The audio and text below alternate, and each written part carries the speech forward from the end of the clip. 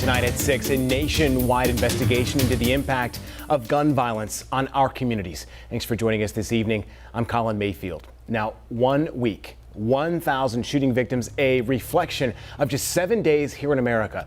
Ahead of Gun Violence Awareness Day tomorrow, Tegna stations across the entire country spent months investigating a single week of shootings all over the United States, including here in Charlotte.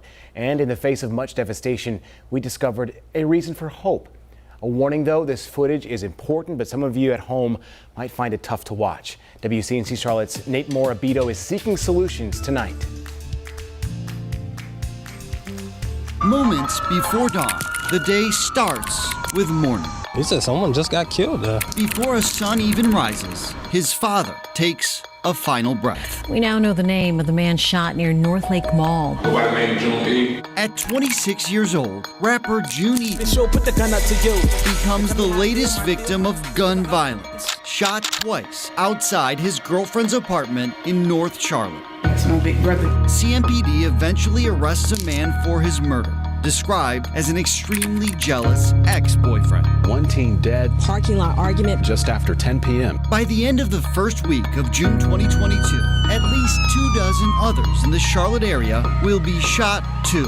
The overwhelming majority, black and brown men, on average in their mid-20s. Most will die. He was a baby. The youngest, just 4 months old. It hurts. Another week, another set of candlelight vigils for Mark Rayleigh and mothers of murdered offspring to plan. It bothers me because it's so normal. Right now, we're just seeing people lose it over the simplest arguments. District Attorney Spencer Merriweather says guns, not reasoning, are the problem solver of choice for desperate young people who largely live in neighborhoods overcome by poverty.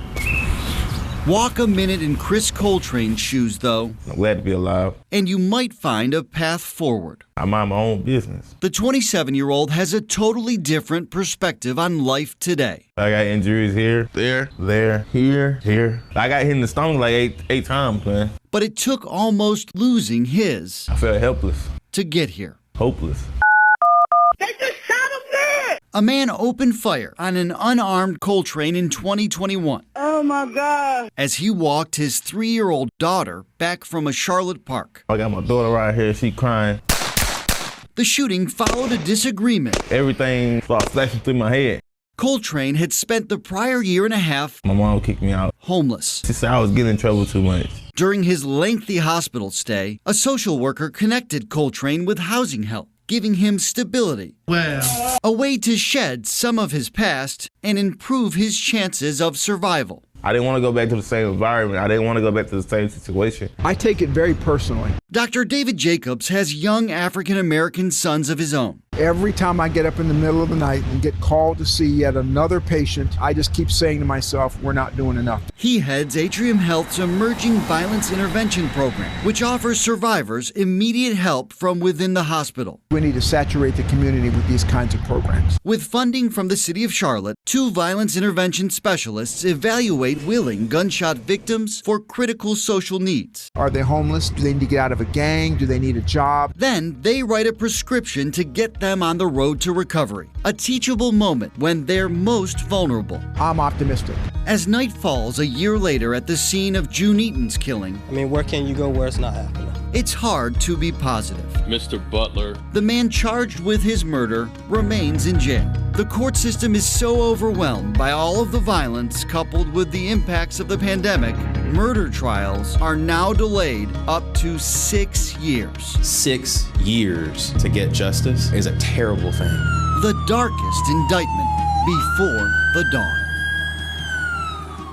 There is room for more optimism. A new Urban Institute study found another city program, still in its early stages, has helped reduce murders involving guns along the Beatties Ford Road corridor. It's called Alternatives to Violence, and it relies on people with ties to the community to act as mediators to interrupt violence in real time. Nate Morabito, WCNC Charlotte.